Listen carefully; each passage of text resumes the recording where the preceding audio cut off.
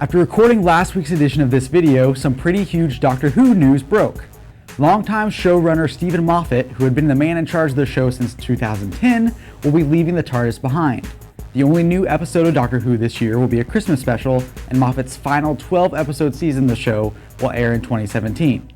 After that, Broadchurch creator Chris Chibnall will be taking over the time-traveling sci-fi classic.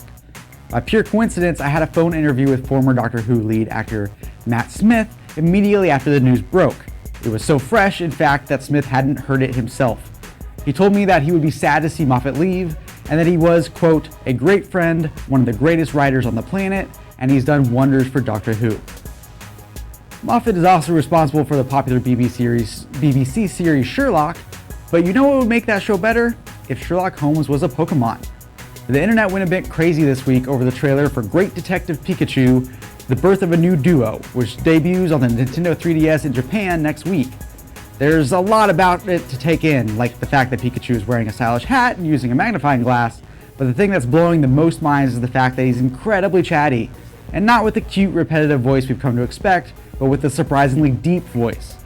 There's no word yet on a possible English release for the game, but there's already a fan petition out there asking Nintendo to cast Danny DeVito as Pikachu because, hey, why not?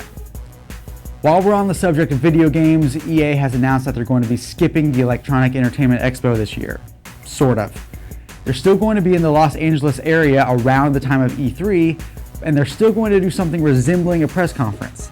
But they're separating themselves from the show and hosting what they call EA Play. The upside for the common gamer is that unlike E3, EA Play will be open to the public.